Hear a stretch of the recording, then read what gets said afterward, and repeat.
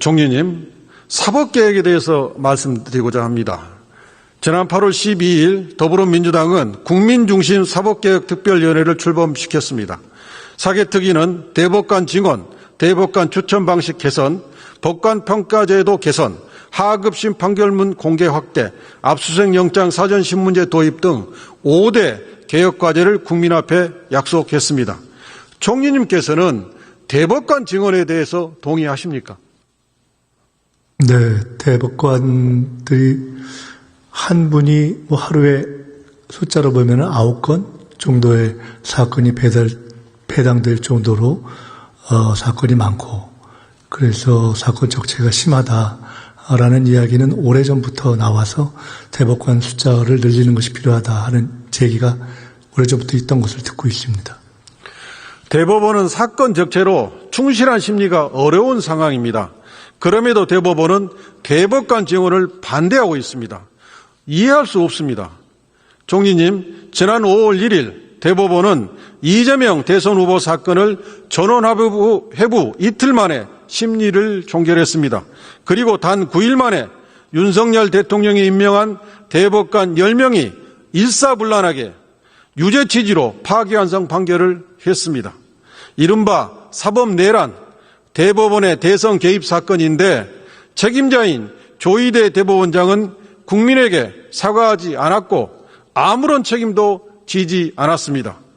전국 법원장 회의가 개최되었지만 사법내란에 대해 국민에게 사과가 없었고 조희대 대법원장에게 사법의 정치화에 대해 책임을 지고 물러나라는 그 당연한 목소리도 없었습니다. 국민들은 조희대 대법원장의 사퇴를 요구하고 있습니다. 대통령실은 시대적, 국민적 요구가 있다면 임명된 권한으로서 그 요구에 대한 개연성과 이유를 돌이켜봐야 될 필요가 있다라는 입장을 냈습니다. 총리님께서는 조희대 대법원장 사퇴 요구에 대해 어떻게 생각하십니까? 저는 개인적으로는 내란이 일어났을 때 당시에 대법원장이나 대법원이 그에 대해서 또는 사법부와 어떤 목소리도 안 나왔던 것에 대해서 굉장히 국민들이 많이 실망했던 그때의 상황을 기억하고 있습니다. 그 부분에 대한 실망이 지금 말씀하신 여러 가지 상황의 배경이 되지 않았을까 그렇게 생각합니다. 예.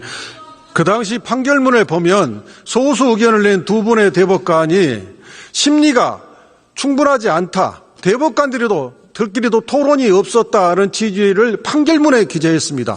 이렇게 하면 사법이 정치화된다고 경고했습니다.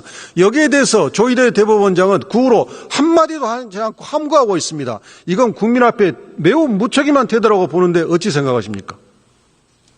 저는 아까 제가 중시했던 각각 사건에 대한 태도보다도 내란 그 자체에 대한 사법부의 태도, 그것이 더 근본적인 문제라고 보고 있기 때문에 그에 대한 실망이 크다 하는 것에서부터 사실은 모든 것을 다시 생각해 보는 것으로 시작하는 것이 옳지 않는가 이렇게 생각합니다.